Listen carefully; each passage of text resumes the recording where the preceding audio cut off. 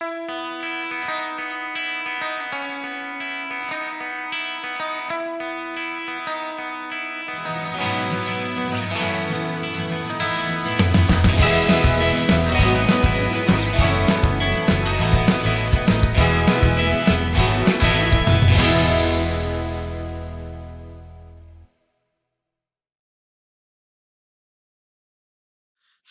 and peace. This is Imam Malik Mujahid, and you're watching Muslim Network TV. Muslim Network TV is there covering through satellite Galaxy 19, all USA, all Canada, and all Mexico. And we also reach among 57 million subscribers, a lot of people in rural areas. We're on OTT devices, Apple TV, Roku, Amazon Fire TV. You can download our app or check it out on the website, muslimnetwork.tv. Of course, if you are into YouTube's, you will find us there as well. But make sure that you subscribe once you find us there.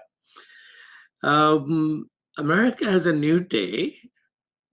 What policies will be new? What policies will be old? Is Biden being able to, he seems to be all energized, upbeat, with proper due respect to those 400,000 plus people who have passed away, but is still in the light show and all that with hope, which he wants to bring to the country. But he got some challenges. Will he have enough time to look into white supremacy? To discuss that, we have two experts. Peter Simi. Welcome to Muslim Network TV.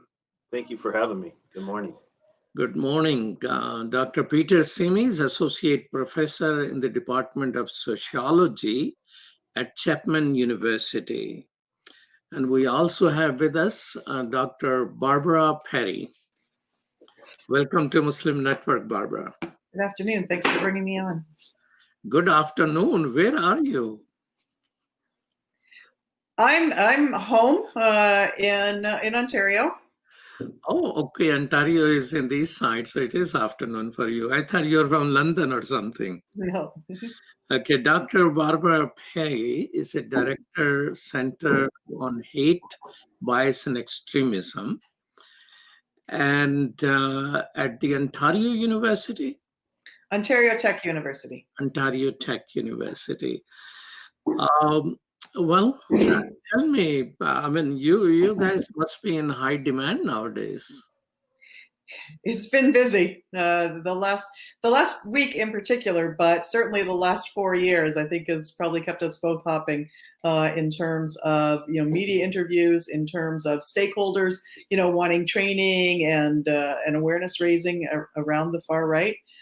So it has been a busy time, and one hopes that after yesterday and the confirmation and inauguration of President Biden now, that our work will slow a little bit.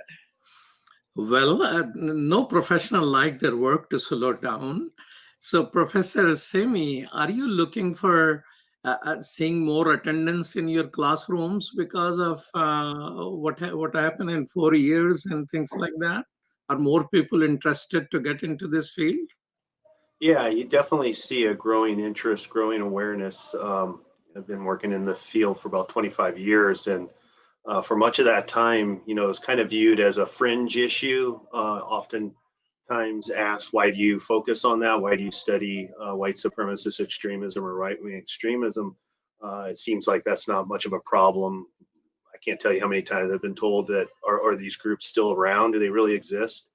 And so that seems to be changing in the recent last few years. Were you both surprised how come January 20th was, that everyone was gearing it up and it's going to be all over the country and all capitals? Nothing happened. Well, I think there have been a number of surprises for me over the past month or so. Well, 2 months, I guess. In talking about what happened January 6th, I've been saying that the one surprise was that it didn't happen sooner. We really expected violence immediately after the election. especially if Trump lost. And I think that the only thing that buffered it was that there was so much uncertainty in those first couple of days, and everybody was sort of, on hold. So when it happened, I think it was a little bit of a surprise in that, again, it took that long for it to emerge, but then it had been telegraphed by the group so clearly for so long that this was going to happen. But yesterday was a surprise, again, that there wasn't more violence. But I think that, certainly in Washington and many of the state capitals as well, they were well prepared for it. I think they were, sort of well securitized in the areas. And that was a strong deterrent, I think.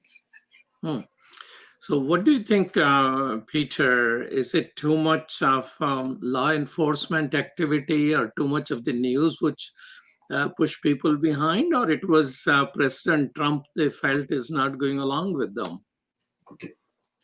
No, I think it's, the show of force that Barb mentioned, that was a deterrent effect. I think that was an important part of it. Also, a lot of the chatter online after the 6 in the build up to this week, you started to see a lot of references to the idea that, look, they want us to come out. They want us to do something. It's almost, they use the term honeypot. In other words, it's a government setup, basically. So if we fall into their trap and actually do something on the 20th or the 17th was another date that there was some talk that there might be incidents, then we're actually we're kind of playing their game, and it's better, smarter for us to let this week, we'll sit out this week. Now, I think folks need to be very clear-eyed that the peaceful inauguration yesterday is wonderful, and so happy that it turned out that way. But, the threat of violence remains very high from these folks, especially, I think, for single actor and small cells, because oftentimes when you have that kind of an event that we had on the 6th, you'll see spin-off events.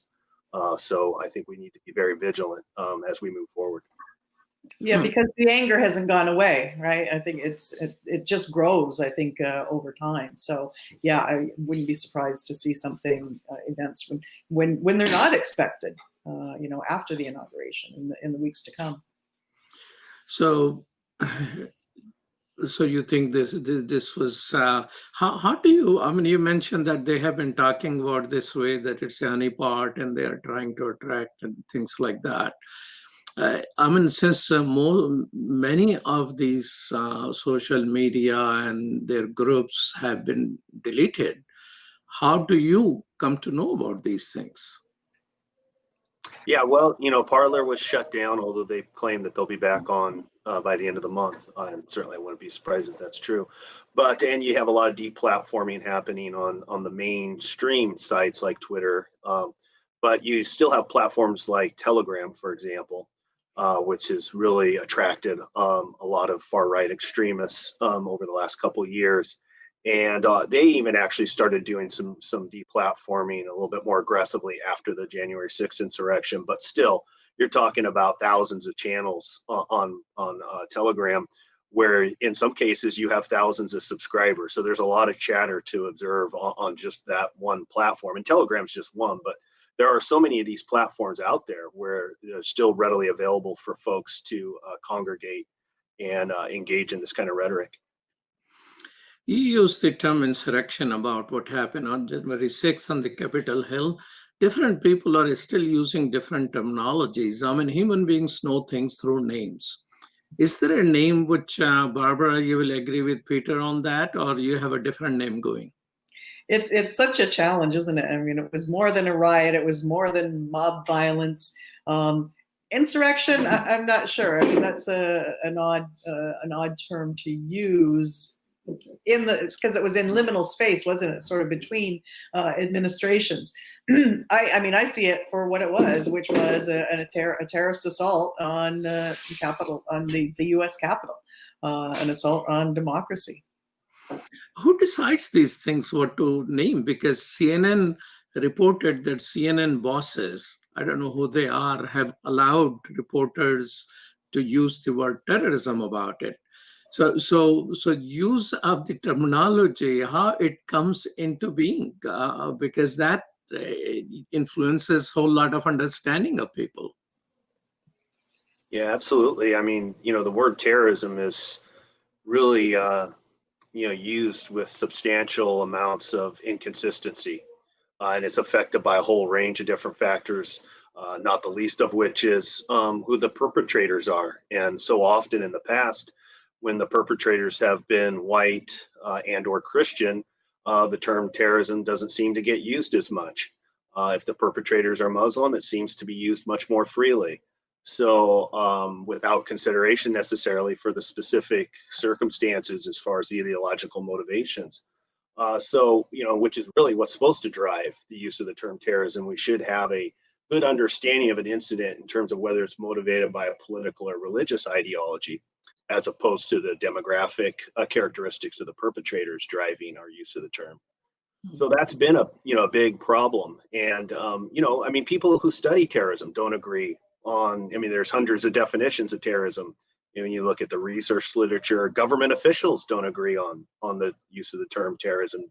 State Department has a different definition than the FBI, so forth and so on. So it's no surprise that the general public is often a little bit unsure about when to call something terrorism and when not to. So who are these people? I mean, we talked about, whether they are terrorists and whatnot, but who are these people?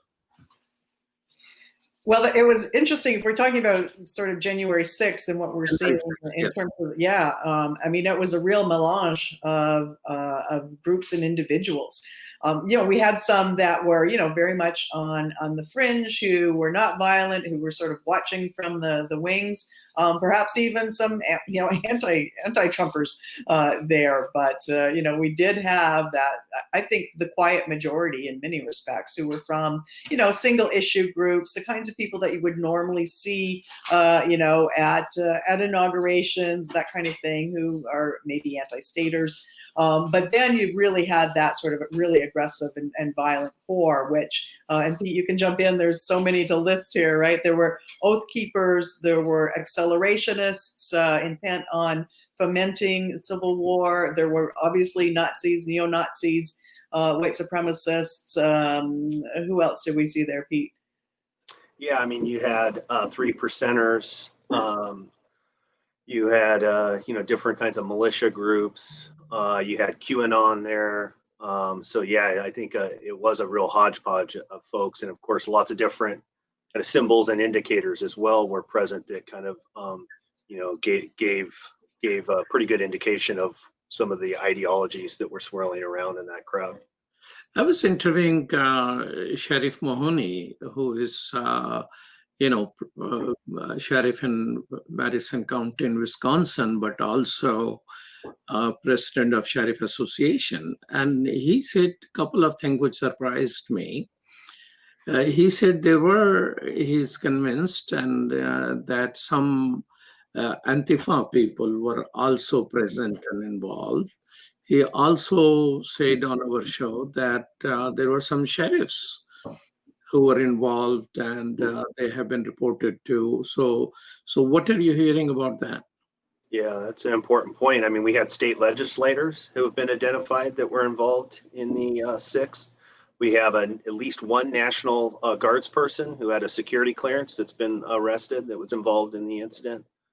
So you do, and I think, how much there was as far as off-duty law enforcement involvement, either in the crowd or mob, whatever term you want to use, on that end. But then we also still have a lot of, I think, to learn as far as whether there were any inside folks in the Capitol Police or other, agencies that maybe helped facilitate the incident. And even now there's allegations about congressional officials. And there's been talk about there were tours given by aides of some congressional persons that provided some of these folks a better understanding of where offices were located and so forth. So, I mean, I think there's a lot of questions still about exactly who was involved and how it happened, and were there folks, inside the government that were helping facilitate this. Why are they getting released so easily? Many of these people have been released on bail and things like that. Are the crimes these are being accused are so minor, and they are such a nice citizen that many of the people who have been very, the guy who sat in Speaker Pelosi's office is very easily, despite government objection, judges are releasing them. Many of these people are on bail, a few $1,000 or on their personal guarantee or something like that. Do you think this episode will just pass away just like this? Well, I think it's still early days. I think, a number of the charges were what, given the circumstances, you might think of as relatively minor, sort of weapons offenses. I think there were even some drug offenses, unlawful entry into a protected property, those sorts of things. So far, we haven't seen, really serious charges like sedition or treason or attempted murder. Except have charges been laid for the murder of the police officer yet? I haven't seen that, but the Oath Keeper indictment, those charges are pretty serious. So, yeah. But I think the bigger, charges, it's going to take a little while to build those cases. So, if those are forthcoming, we might have to wait a while to actually see those come out. You're watching Muslim Network TV, and this is Imam Malik Mujahid talking with Professor Simi and Professor Perry, and we'll be right back after these messages.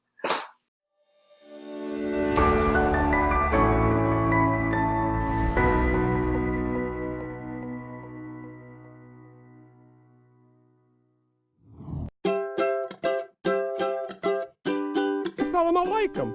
My name is Adam. You remember me? I appeared in so many episodes that Sound Vision has put on the market, no matter what. Hey, what's happening? Hey, sorry. Lockdown is what it is. Well, continuing here. In this lockdown, Sound Vision never stops thinking about you, the viewer. We'll have to get back into production again, online and inline. Everybody in their own space, even me. Although I'm stuck with Lanisa. Salam! Salam! Salam! I know, you were shocked too. Well, let me continue. This is what I was going to say. Salam! Salam! Salam! Cut! Cut! Cut! Finally, I get my own screen time again. Thank God. And so we invested in new equipment to bring you even better production with new songs and new singers and animations. Well, here are a few clips.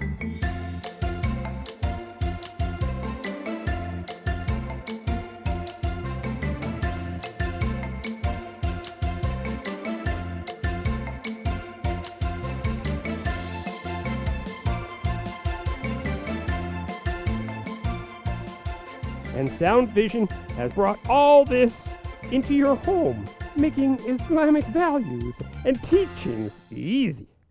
And if you know me, Adam, a multi-talented actor,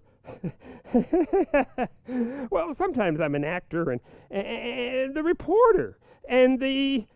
Oh, that's enough. Let's move on to the next section.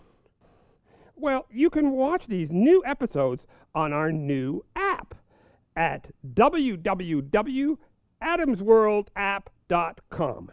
We have previews happening every day on Muslim Network TV. Sound Vision has been serving generations, moving and changing with the times. We are all faithfully connected. That is a huge blessing. Your donation helps keep these programs available now and into the future. We take this job of helping tomorrow's Muslims today seriously, and you should too. Today, We need your help. Children absorb and learn from everything they encounter. Make that wholesome, positive, grounded in our faith. Together, we can accomplish our goal of raising better Muslims, better neighbors, and better citizens. Please donate generously.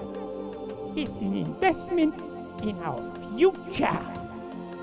To finish, let me tell you, there are new scripts of my new mission. And it is something that I enjoy talking about. My new mission is space. Houston, we do not have a problem. Salam, see you soon. Me too.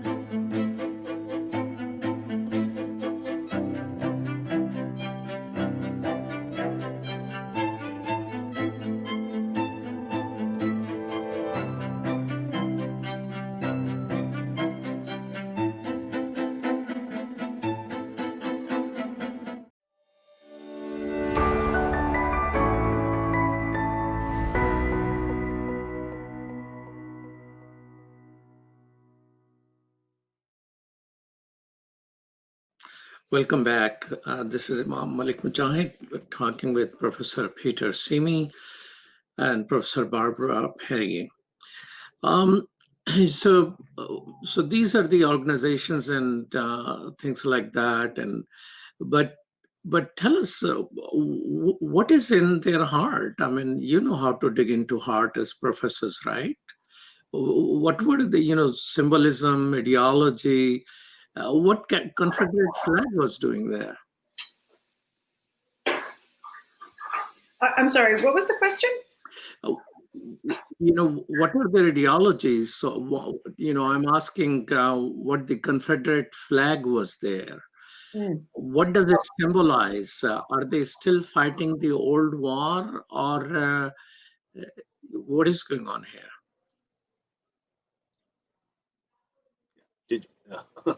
Well, I'll take first stab. I mean, some of it is real clear in the sense of it's at the most extreme aspects. So, for instance, the person wearing the Camp Auschwitz T-shirt, clearly a neo-Nazi kind of affiliated mindset for somebody to wear such a horrific type of symbology on their T-shirt, essentially. Really identifying with the Holocaust and the murder of millions and millions of people. Obviously, that's at that the farthest end of the continuum as far as the ideology, as far as really celebrating essentially genocide and identifying with groups and movements like Nazi Germany that executed genocide.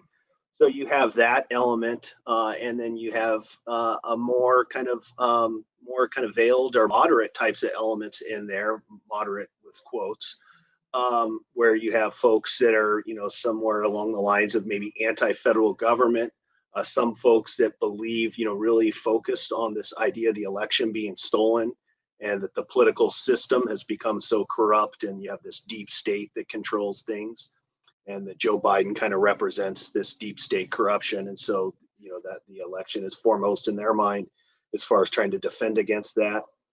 You have some folks like the QAnon folks that have a very specific set of conspiracy theories around the idea of child sex traffickers, these pedophiles that are they claim are primarily Democrats that essentially prey on children, and even getting into some really pretty wild accusations as far as along these lines. I mean, obviously we do have child sex trafficking is a real problem and should be dealt with, obviously, but they have a very specific kind of way of looking at it in a politicized way that it's Democrats who are the perpetrators.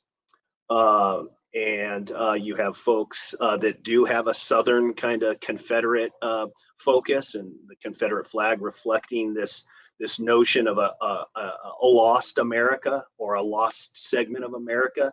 And in many respects, some individuals are still fighting the Civil War and see the fact that the Confederacy lost as being, in some ways, one of the factors that's really led to the downfall of America. And so the general theme is the sense of dispossession, right? That America's been taken from us. And so I think those are some of the things, but Barb, certainly happy to add. Is it somehow connected with the forthcoming demographic change which is happening around us? Oh, that's definitely a big part of it. And it's not just the demographic shift, but, sort of the consequences or some of the reactions to that demographic change. That is the extension of rights to people that yet they see as not worthy of those rights. The increasing success. I mean, we're clearly not post-racial in any respect. I mean, any person of color will tell you, what their communities experience in terms of police over enforcement and under policing, in terms of economic inequalities, in terms of health inequalities and disparities. But this is something that many of these activists are blind to. They in fact think that immigrants, for example, have jumped the queue, have displaced them. So it really is about loss of privilege and a perceived illegitimate gains on the part of people of color, women, and all of those who have been marginalized and oppressed for so long. In talking about Canada, Professor Barbara Perry, that the whole thing about the demographic changes, what is the situation in Canada? Is there a demographic change which also contributes to white supremacists over there? Oh, absolutely. Yeah, we've seen similar shifts here, but sort of regionally distinct across the country, so that there are some centers like Toronto, like Montreal, like Vancouver, that have seen the greatest shifts over time, and that's a 20-year pattern now. Although the last couple of years, last 3 or 4 years perhaps, we have seen an influx of those claiming refugee status coming from the U.S., and that has been constructed as a refugee crisis. And that was one of the hot points for so many of these groups in the Canadian context, was not just legal and traditional forms of migration, but also irregular migration, which they defined as illegal migration. So it's absolutely been at the heart. And you add that to more historical forms of racism in particular, around anti-Indigenous sentiment in the Canadian context, anti-Black sentiment in the Canadian context. It's just sort of layers, if you will. One of the issue we just talk about, whether it's insurrection or terrorism, but the broader name also, terminology-wise, a white nationalist, a white supremacist. Which one of these terms is more suitable? Well, I really have a strong view on this, as far as I think it's a mistake to use terms that these groups prefer and use as part of a rebranding strategy. So, for instance, for a while, alt-right was a term widely used, but that term came from within these groups, in particular, Richard Spencer, who helped organize Unite the Right rally in Charlottesville, had been promoting the use of the term alt-right since 2008 as a way to kind of sound more innocuous, to kind of, create this front stage veneer that, hey, we're just we're just something, about kind of conservative politics, and we want white people to be able to, identify, and we just are about, we're not about hate, we're about love. So, for instance, the term white nationalism has been promoted really by folks like David Duke since the 1980s as a preferred term. William Pierce, the National Alliance, also like to use that term. Donald Black, who created Stormfront, for a time was the largest white supremacist web forum, promoted use of the term white nationalism. And again, it's about creating confusion, and it's about sounding more innocuous, that, we're just nationalists. We don't hate anybody. We're not promoting violence. And so I think, calling these groups for what they are is important. So I think white supremacist is for me much more accurate than either white nationalists or alt-right. What do you think, Barbara?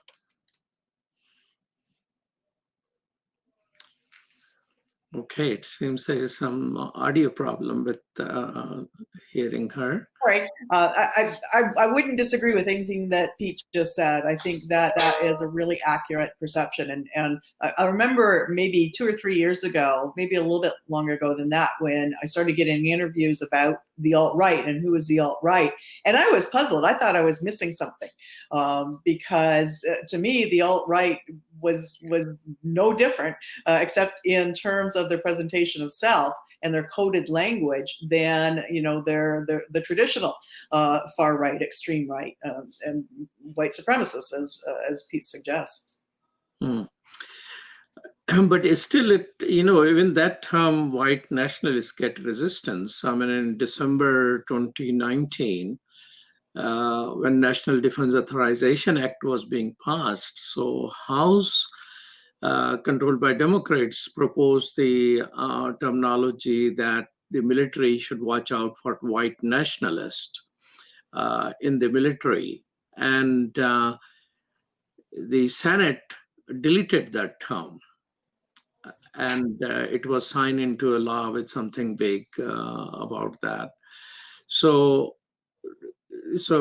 do you think time has come now for people to use another terminology? For example, both of you think white supremacist is a more defining term than white nationalism? Well, yeah, I mean, I think you do have a lot of people. White nationalism has really become kind of the term of usage in many respects among folks, even those who are really trying to counter this form of extremism. It has really taken on as a term. And so I think what you're referring to there are folks that, rightfully want to identify the problem and are using white nationalism to do that, and as a way to say we need to be much more explicit about trying to identify this problem in the ranks of the military and elsewhere. And the response apparently was to essentially sanitize or not use the term. And so in some respects, I don't want to quibble with folks if they feel white nationalism is, the term they want to use. I mean, in some ways we want to deal with the problem. And so I don't want to get too much into semantics in that respect. And so if somebody else wants to use white nationalism, I want to use white supremacy. It's better that at least we're having the conversation and trying to identify the problem. But I do think white nationalism is a problematic term in that it helps these groups do what they want to do. Is it going to be a sort of a partisan thing, what to call them? I don't think it is. I don't think it is partisan. I think folks on all sides, use different language, and part of it is we're just I think hyper careful about the language we use. We don't want to alienate folks by using a harsh language like white supremacists. And I think that we have to start to have those what are really difficult conversations about, again, not just the language, but about the problem at heart. I think that if there's any difference, perhaps the far left is much more likely to use the term white supremacist But also, there are a lot of people in the left media, for example, that also use nationalists instead of supremacists. So I think it's as Pete says, it's a pretty widely used term now. You're watching Muslim Network TV. This is Imam Malik Mujahid talking with Professor Simi and Professor Perry, and we'll be right back after these messages.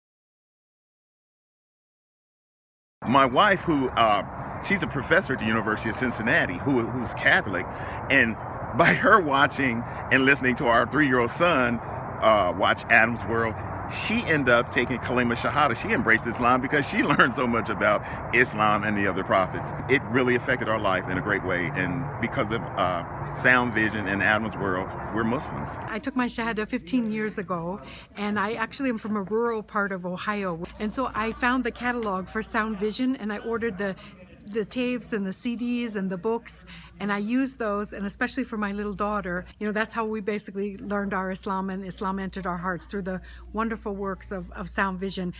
Okay, assalamu alaikum, brother. I just want you to know that I love the Sound Vision website, that a lot of times when I'm looking for information, especially as it relates to homelessness, domestic violence, and women issues, I go to that website, and then I see what you've written, and then I copy and paste it, and spread the word, because the wisdom is there, so I can't do any better than what Sound Vision has already done.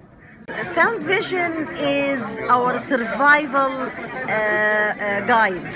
It is the organization that provides skills for Muslims how to survive and thrive in this community here in the U.S. Assalamu alaikum, my name is Anam, I'm in 11th grade, and I grew up with Adam's World, and what it taught me was unity, respect, and love for the Muslim Ummah. Adam's World is the greatest show ever made. Take me to the Kaaba, man. I love that puppet. Assalamu alaikum! I love Adam's World because it makes me learn in a fun way. That Adam has a green face and orange hair. I like this song. I like how Adam sings. I like Adam's World because it makes me happy.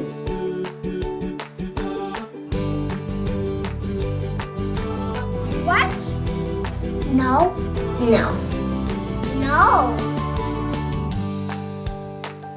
And here's Adam and here's Anissa.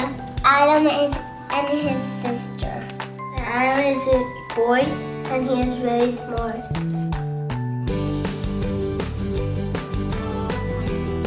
Download the new Adam's World app at adamsworldapp.com and let's help tomorrow's Muslims today.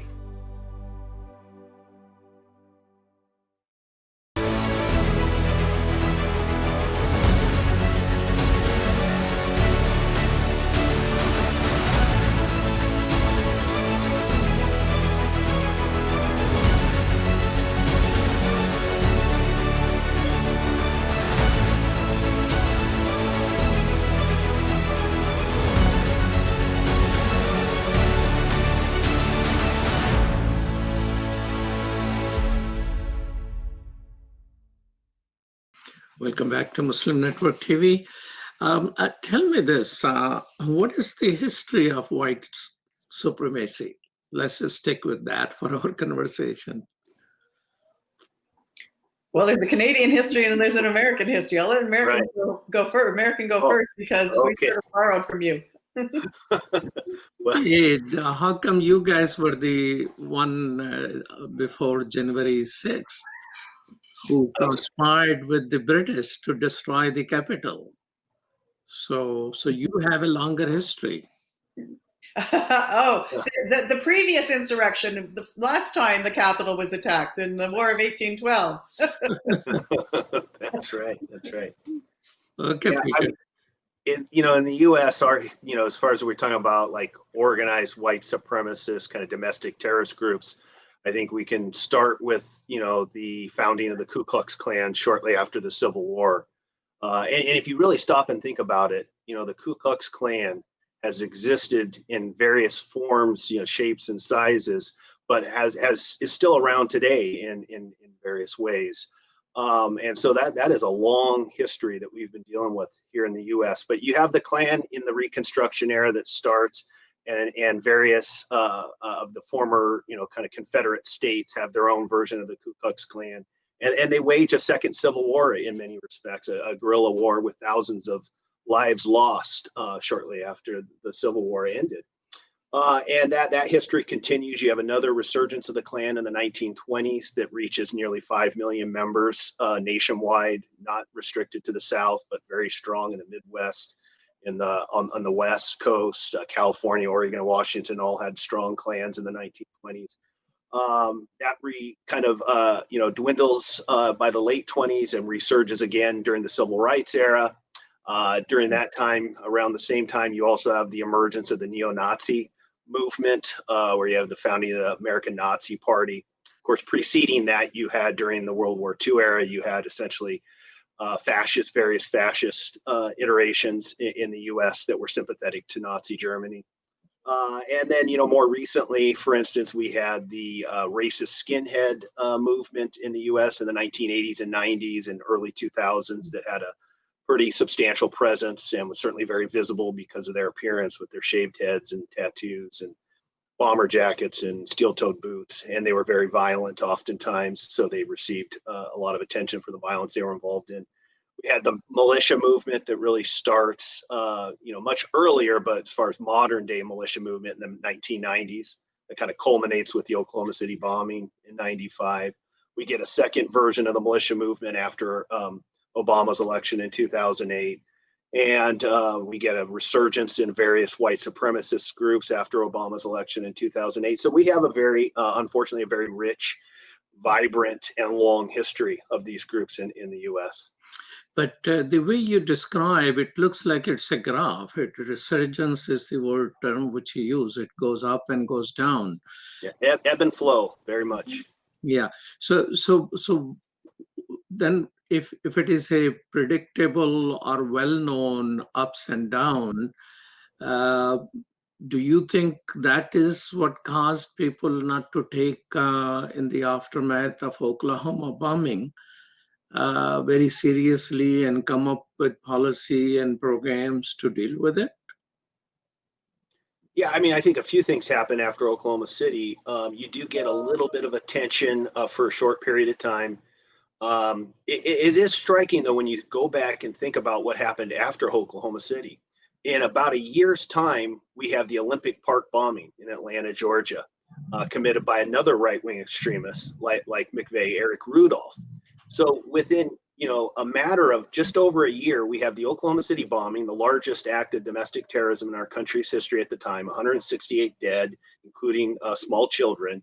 And then just a little over a year later, we have the Olympic Park bombing, kills 2, injures hundreds.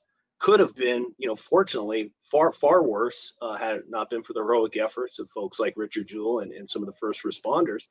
You could have had hundreds dead with the explosives that Rudolph planted there. But it's the Olympics, right, that are the target of a terror attack in the United States. And so you would think between Oklahoma City and the Olympic Park bombing, that would create a sustained degree of concern and attention, but it just does not take hold, and then by 9/11 is just a few years later, and by that time it's completely off the radar screen, and terrorism becomes synonymous with Islamic extremism for the U.S. And yet right-wing extremism continues to fester and continues to produce violent attacks. And the case is the same in the Canadian context as well. I mean, we have just not taken seriously far-right extremism, and I think that there's been again here this tendency to focus on Islamist-inspired violence. And when we published our very first report in this area in Canada in 2015, between 1985 and 2015, we identified well over 120 incidents of violence associated with the far right, including homicides and arsons and pipe bombs. During the same period of time, there were fewer than a dozen incidents of Islamist-inspired extremism on Canadian soil. And so that sort of disjointed priority is especially shocking when you put it in that kind of context. And, these people talk violence all the time on their social media and threatening. So is threatening people legal in America and Canada? Is threatening people? It depends how direct the threat is. So in the U.S., the criminal threat laws, there's certainly those exist, but we also have very high thresholds for what constitutes a criminal threat. And we have Supreme Court cases like Brandenburg that directly actually apply to, the case is based on white supremacist speech at a rally where Klans folks were essentially talking about killing African Americans, but it was determined by the Supreme Court that speech was constitutionally protected because the threat wasn't direct enough to be considered incitement or a direct threat. So there are very strong constitutional protections in the U.S. for speech and very high kind of thresholds. And so the bar for something to be determined to be a criminal threat is something probably we should look at, in the U.S. context. And I think we could be more aggressive at pursuing some of this under some of the existing statutes as far as threats. But we tend to fall, I think, kind of default to constitutional protections in the U.S. context. Mm-hmm. And we have a bit more latitude in Canada in terms of, some of the allowances for prosecuting hate speech. I think the standard is still quite high, but I think we have a little bit more flexibility here. Still not applied as nearly. Flexibility in the sense that you have anti-hate laws. In America, hate is a free speech. You cannot touch it. Yeah. So Canada still has, I think, some Islamophobe from the U.S. I think, what's her name? Pamela Geller probably was prohibited from entering the Canadian space or something like that. Mm-hmm. Let's talk about military and I was not recently, actually this morning I was reading, it's a 1-year-old survey done by a military publication, I think private publication, but about the military, that in their survey, they determined 1/3 of all active duty troops and more than a half of the minority service members say they have personally witnessed examples of, quote, white nationalism or ideological driven racism within the military. It's 1 year old, I must tell you, it's exactly December 2019. But does it surprise you? It was Military Times Readers survey. Yeah. In the U.S., again, consistent theme here, it's an old problem. The U.S. military has had a substantial presence of far-right extremism. Again, the Klan was founded by former Confederate officers, but more recently, certainly we have plenty of evidence about this problem. And again, there's the tendency to deny or minimize the problem despite evidence to the contrary. We found in a study we did that looked at folks who had been indicted in the 1980s and 90s for federal terrorism-related charges in the U.S. that about 30% had experience in the military. So they had a military background of those indictees. So When you look at that time period, you'll find a lot of the most active far-right groups had military folks in key positions. A lot of these groups are recruiting from the military after folks get out of the, leave the service. You also have recruitment ongoing. So, for instance, Wade Page, who committed the Sikh Temple shooting rampage in 2012 in Wisconsin, he had been radicalized in the U.S. military by another military personnel who was already a neo-Nazi, and that person provided him propaganda and essentially helped indoctrinate him. So that all happened while he was stationed at Fort Bragg in North Carolina. And while Page was stationed at Fort Bragg, there were dozens of neo-Nazis, including folks who ended up committing a drive-by shooting and murdering 2 African Americans that were simply out trying to have an evening walk after dinner. So, places like Fort Bragg, we've known for decades, have a substantial problem. And that's true of many other bases across the country in the U.S. Now, terrorism, the way America has been fighting the long war against terrorism throughout the world, and every country is using that terminology to beat up their minorities.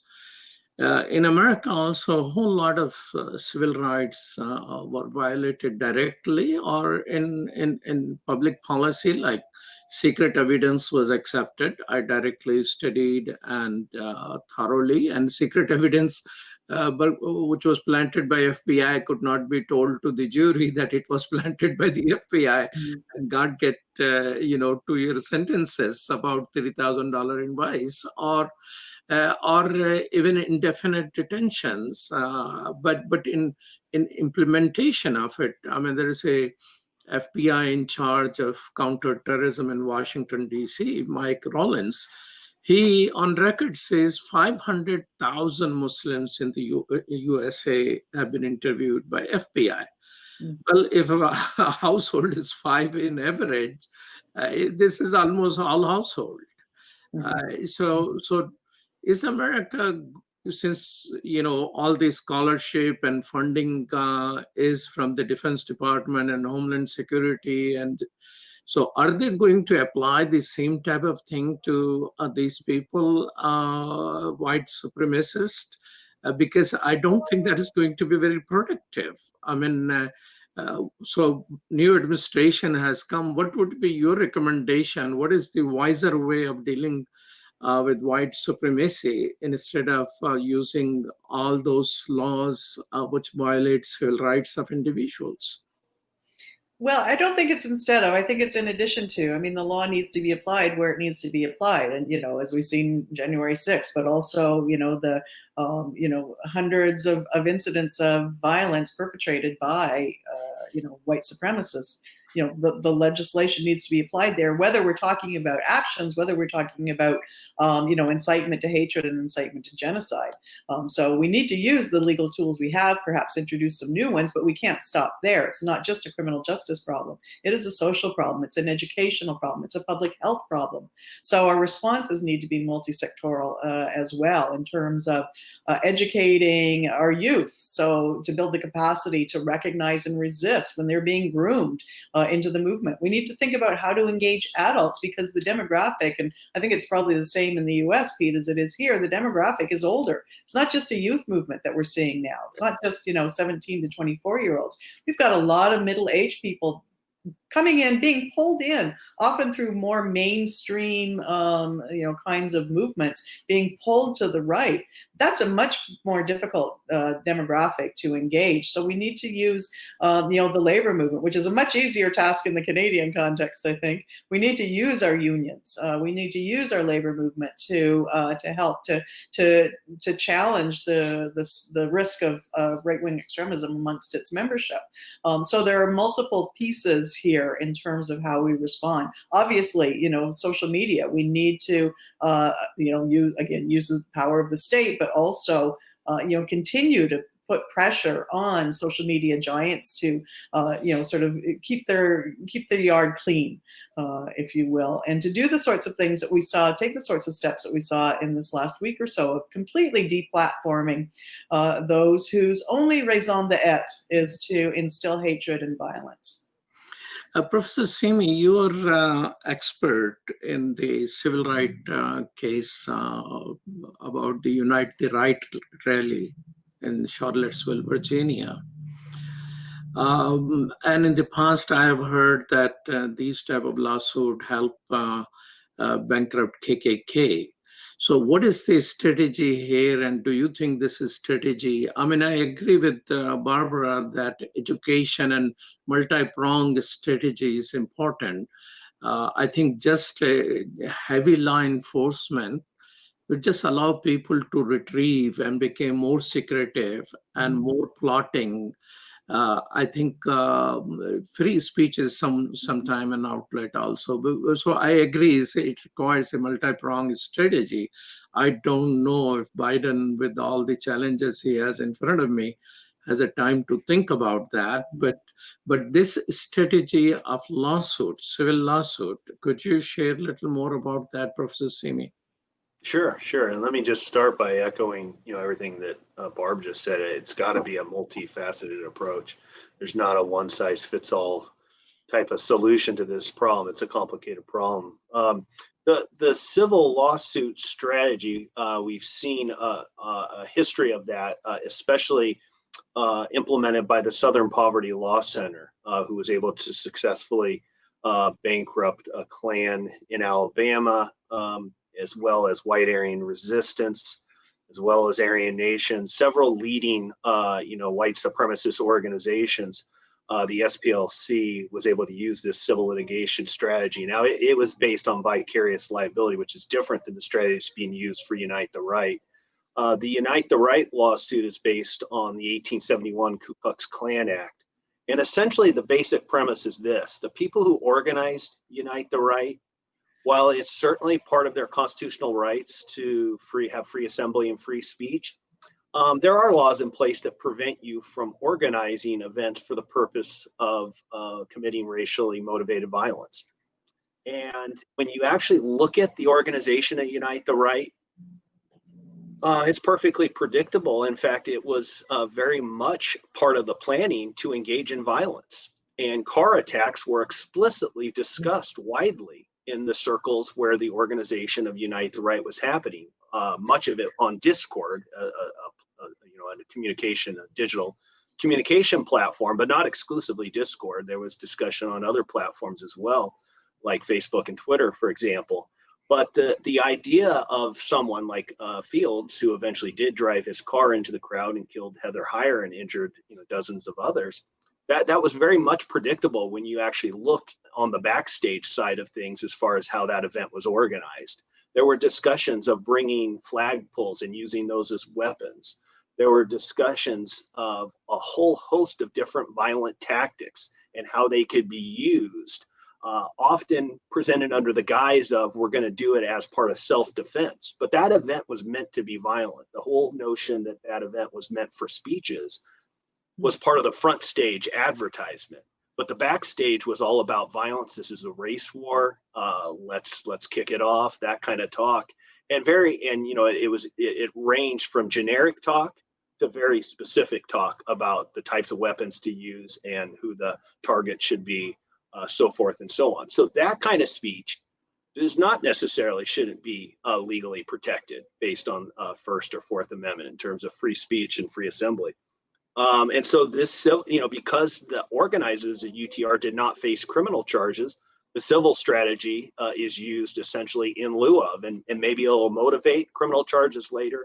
But if not, at least they're being held civilly responsible for the violence that they helped organize and actually, in some cases, commit, because some of the defendants in the Unite the Right lawsuit are actually guilty of committing violence themselves, not just planning, but actually committing violence themselves.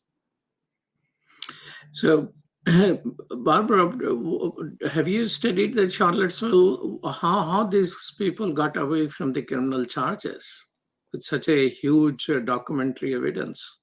Well, I'm going to let Pete speak to that. That was an American incident I haven't been following as closely in terms of the legal fallout. So Pete can speak to that. Yeah, I mean, it's a good question. It was, in many ways, UTR and what happened on January 6th have some eerie resemblances to each other as far as the lack of preparation, the predictability of each of those events in terms of knowing that violence was going to happen. And in some cases, actually, some of the players are the same. There were literally some of the same individuals involved in UTR that were also part of the January 6th incident. But as far as why there weren't more, I mean, there were some criminal charges filed after Charlottesville, certainly. The folks who organized the event were not charged. There were two federal cases that specifically targeted a group called Rise Above, and one of the cases, because they had members who were at the Unite the Right rally, there were two separate federal cases, one in California and one in the Virginia district. The one in Virginia was successful. The one in California was actually dismissed. I think there's probably some reluctance to go after the organizers criminally because of fear that the charges would ultimately not be successful. I think that's always a consideration for federal authorities is, can we make these charges stick? And if we use a lot of resources and ultimately we're not successful, how does that make us look? That's not great PR for the government to move forward on one of these cases that's not successful. So, I mean, I think there's a lot of factors that go into, making those decisions about whether to, and that'll come into play on on the January 6th incident in terms of whether you see a major like sedition case that essentially charges or indicts dozens of people. There'll be a lot of discussion about, is this the right approach, and are we likely to be successful if we move forward on this? Well, thank you so much both. Grateful for your time and conversation, which informs well. As far as I'm concerned, white supremacy is my term now. Thank you so much. This is Imam Malik Mujahid, and we have been talking with Dr. Peter Simi and Professor Barbara Penny, both experts on white supremacy, one in Canada, one in USA. And thank you for watching. And thank you, Sher Dilhan and Dr. Abdul Wahid for producing today's show. And stay tuned for other programming. Muslim Network TV is always there 24/7 on Galaxy 19 satellite, OTT devices like Apple TV, Amazon Fire TV, Roku, or download our app, or if you watch through YouTube, do remember to subscribe. Peace. Salam.